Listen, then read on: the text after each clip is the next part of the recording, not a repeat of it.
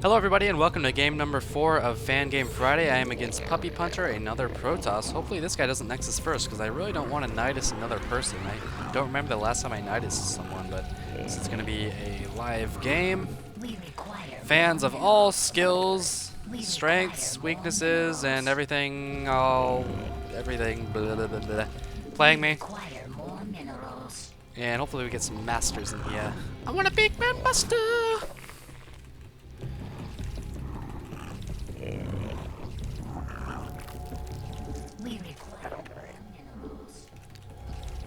And again, if I do scout him over here, I'm going to be pulling my Overlord back so he doesn't know where I am. A lot of players will actually send a probe, yep, just like that. Send a probe up here to see if you are in that close position. In which case, you don't need to pull your Overlord back. You can just go to their choke and see what kind of build they're doing.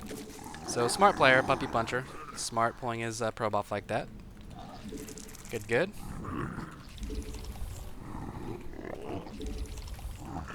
Looks like he's got the pylon at the top of the ramp. Normally, if people are going to forge fast expand, they'll have the pylon down here, so we'll see. Is he going to get a forge or a gateway? If he gets a gateway, I'll be fine with fast expanding. There it is. If he would have gotten a forge, I would have had to be a little bit more careful. Damn it. Got some latency issues going on here. That's my excuse. I'm sticking with it. Screw you. Yeah, looks like he might actually try to pile on me. Maybe he's not watching. Nope, wasn't watching. That's a pretty big mistake. Blocking with a probe, putting a pylon there. Yeah, see? It's huge. I mean, you may think, oh, I don't think it's worth it. It's 100 minerals and it's going to die or I have to cancel it. Trust me, if you're playing against a Zerg player, put a pylon at their expansion. It is the most annoying thing ever. It screws up their mentality, their build. I hate it when people do that. When I get to expand with that hatchery there at 16 or 15 or whatever I do, it's a great feeling. I already feel like I'm ahead in the game.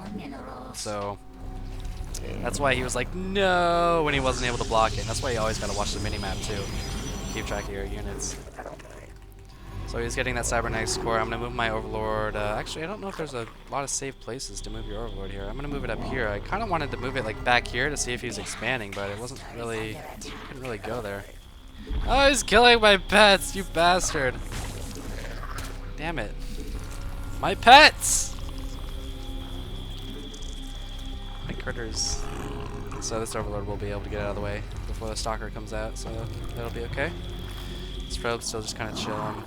That spawning pool is done, producing 2 lings, a queen, 2 more lings. So 4 lings, it's the only lings I'm going to have for a while.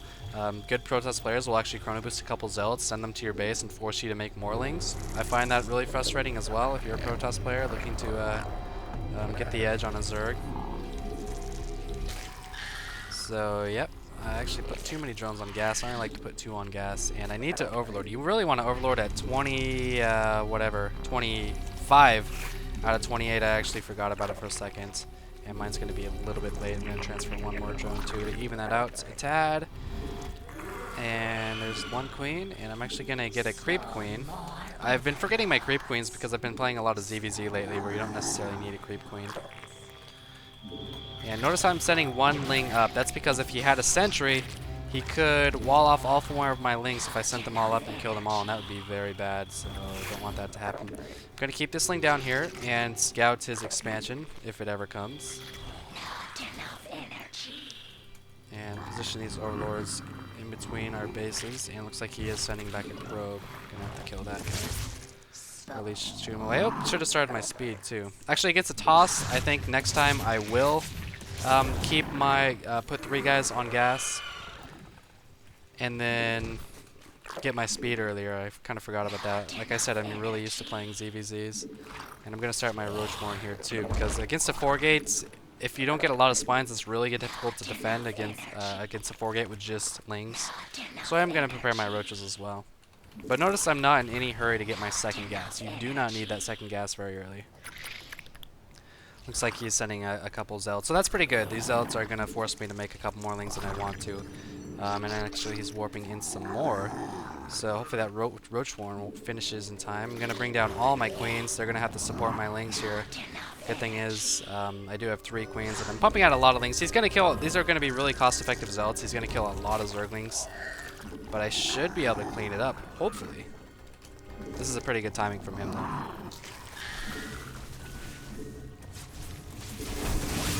Yeah, this is something you don't want to do. Look how his two zealots are chasing that single ling.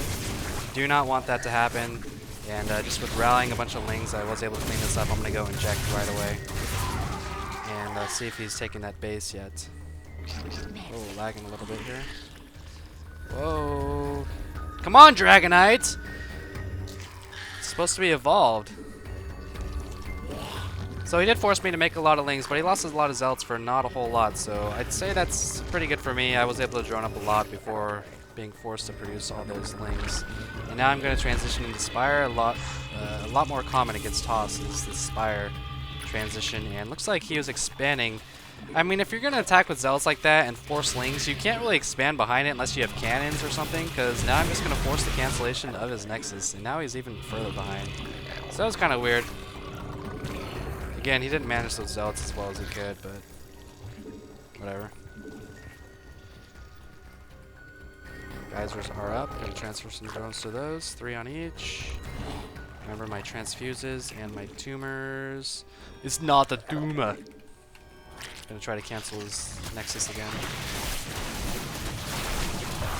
And cancel. Oops, Spire.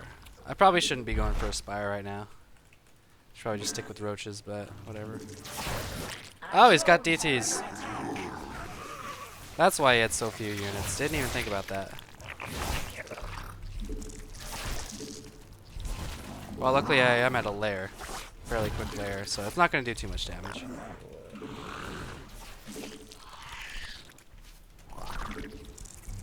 It's kind of obnoxious though. Kill the, what, 10 drones maybe? But again, he's still on one base. I'm still pretty well saturated on all my bases. So that's pretty cool. Did a little bit of damage with that. Overproduced my roaches because I panicked. That's never a good thing. And yep, pretty well saturated there. Gonna get some more saturation at my expansion and keep these lings out on the field. Just in case, just to see what's going on. Gonna put one at the tower. And I'm saving my money for my mutas, which are about to be ready to go.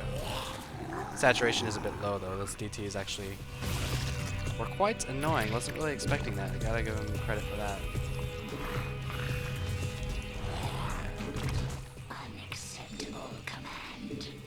And mutas, of course, give you incredible map control, so I'm going to be taking a third.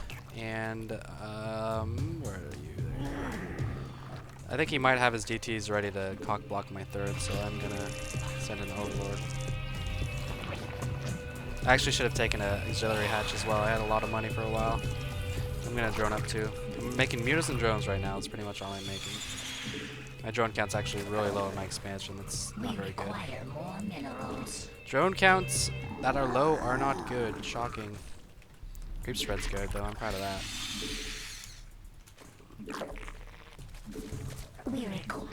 Still saturating my expansion a little bit more. Then I'll start moving him to my third. But this is gonna catch him completely off guard. I don't think he's gonna be ready for this one. Actually, he's got an Archon. But one Archon, I don't know if that's gonna do it. Yeah, he was ready for it. That's surprising. Alright, good saturation there. Gonna start going to other base now. He's got another Archon down there. But I'm on 3 base. I'm killing some probes. I've got map control. I've got roaches if I need them.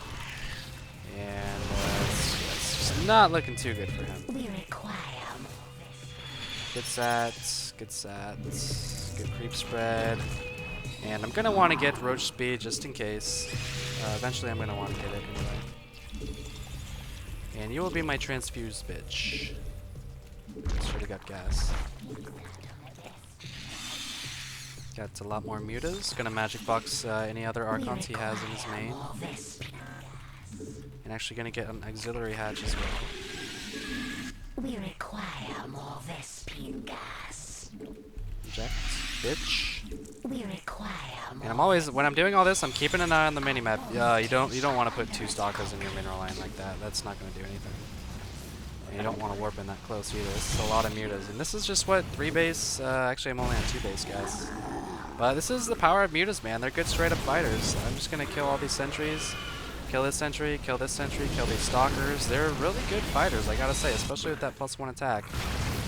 And he's just going to lose outright to these mutas, partially because he had no anti-air because of all the Dark Templar he used. Maybe his macro wasn't the greatest, but that was it. So hope you guys enjoyed that. ZVP, as always, thanks for watching.